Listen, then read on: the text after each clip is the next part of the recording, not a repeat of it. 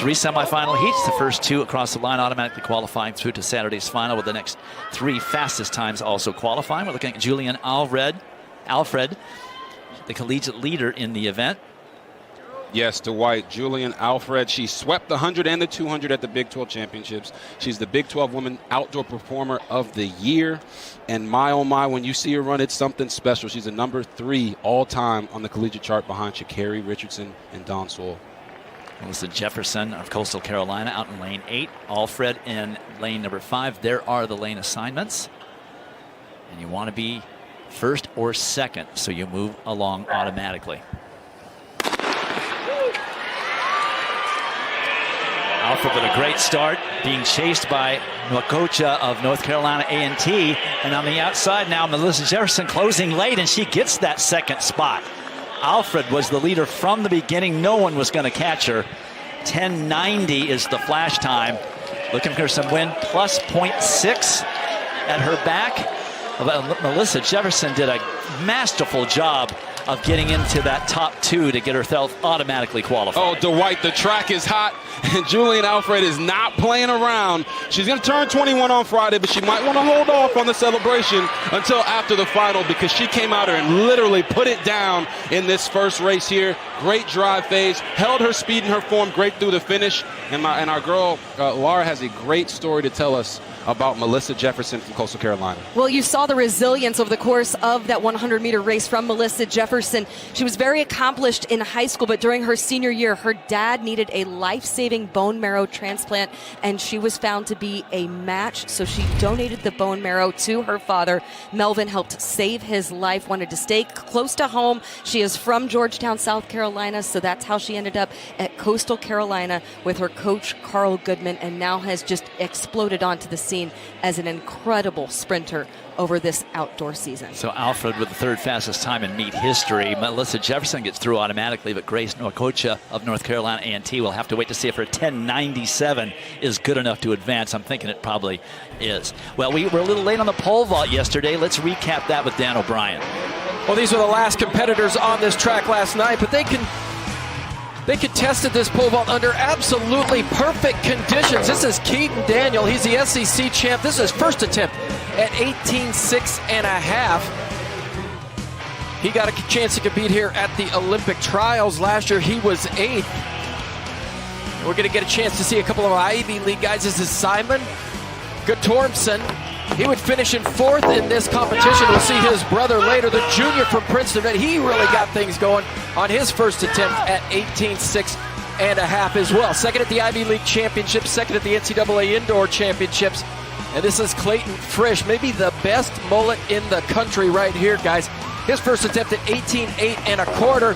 Boom, and a big clearance for him. He was your WAC Outdoor champ. He was your 3rd place finisher at the NCAA Indoor Championships. He would finish 2nd today. This is Sondre Guttormson from Princeton. He would be your champion today. Brother finished 4th. You know what? I'm going to finish in 1st. Big clearance for him, 18.1025. He manages it on his 2nd attempt. Young man's from Norway. He's 8th at the World Indoor Championships, just 3rd 2 weeks ago at the Prefontaine Classic. So congratulations to the brothers Guttormson on their 1st and 4th place finish in the men's pole vault. All right, and we've got the women's pole vault going on today, and this is what you will see if you go on the ESPN app for any of the live field events that we've got going on. The women are warming up in the long jump. We had decathlon earlier today. Now the women's pole vault. Takes a long time for 24 athletes to compete in the women's pole vault, so we might not conclude it on the air, but you can always watch it on the app. All right, 2nd heat of the 100 meters, featuring in lane 6, Abby Steiner, the junior from Kentucky. She was unbeatable indoors in the 200, runner-up in the 100 and 200 at the SEC Championships last month. Yes, Dwight, when Abby Steiner is on the track, everyone is watching. I call her Miss Armswinger herself because she's got a unique running style. And she's from Dublin, Ohio, and she's been doubling in the 100 and the 200 for years. So let's see what she can put down here as she tries to make her first NCAA outdoor final in an individual event.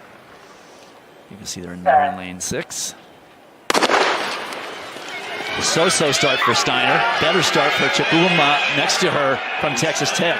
But now Steiner comes into her speed and that 200-meter strength, and she wins the heat easily, followed closely by Rosemary Chukwuma of Texas Tech and Nigeria. She gets the second automatic qualifier, both under 11 seconds, including Abby Steiner's lifetime best, 10:90, with just a 1 meter per second win behind her. So not only a lifetime best, legal, and in her first individual NCAA final. Yes, Abby Steiner's into her first final. As you said, she had a so-so start, but man, did they plan her peak at the right time. She got second in both the 100 and the 200 SEC championships, but she came here headstrong, ready to go, and she comes out with a personal best at 10:90. I mean, oh my gosh, guys, we got so many girls running under 11 seconds. That final is going to be hot. That first heat saw 3 of the 10 fastest ever run in NCAA history all in one heat, and now Steiner joins that group. She runs 10:90, a lifetime best legal, with Rosemary Chukwuma also under 11 seconds at 10:99. Kavona Davis, she may have to do a lot of wishing and hoping for that 11:11 to get through. Yeah, talk about Rosemary Chukwuma. She's won 5 national junior college titles last year at South Plains, and now she's into the final in the 100-meter dash for Texas Tech. Wow, what a story. Third and final semifinal, getting their final warm-ups. And this heat will feature Favor Ofili, the sophomore from LSU and Nigeria. She is the collegiate record holder in the 200 meters and also has a lifetime best set this year of 10:93. Yes, Favor Ofili, as you said, the sophomore from LSU, from Nigeria. She's also running the 200, and she's got the second fastest time in the world at that distance. But in this 100-meter dash, she is the SEC champion, as she, I wouldn't say dethroned, but she upset Abby Steiner there in both the 100 and the 200-meter dash. Right on her left in lane 4 from Oregon, the senior Kemba Nelson from Jamaica. Exactly, Kemba Nelson, and she did the hat trick at the Pac-12 championships, winning the 100, the 200, and the 4x100, and she was 4th in this event last year, so you know Kemba's coming here on a mission to win or get an opportunity to win the 100-meter dash in the final, so she's got to punch her ticket today. We'll see if she can do it. Also not to be discounted out in lane 6, Solera Barnes of USC. She certainly can make some noise. 11:07 is her lifetime best set this year. But this track tends to produce some great times.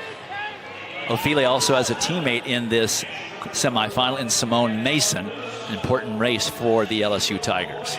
Oh, yeah. And don't forget about Kennedy Flannel. They're on the inside in lane 1. She's more of a she's a back-to-back Big 12 outdoor 200-meter champion, and she was 4th in the 100-meter dash at the Big 12 champs, so she also has an opportunity to make some noise today. And Robert, Kennedy Flannel, very significant, too, to Texas's team hopes of trying to achieve that championship from the perspective of a team title as well. So getting significant points, should she be able to advance, would be a boost for them. Oh, yeah, no doubt. Every point matters. So if she can find a way to sneak into that final, I know her coach will be very happy. Right now, the bubble time is 11:16. If you aren't first or second in this final heat, you've got to be under 11:16 if you want to advance to Saturday's final. Once again, Kemba Nelson of Oregon in 4, and Favor Ofili of LSU in 5.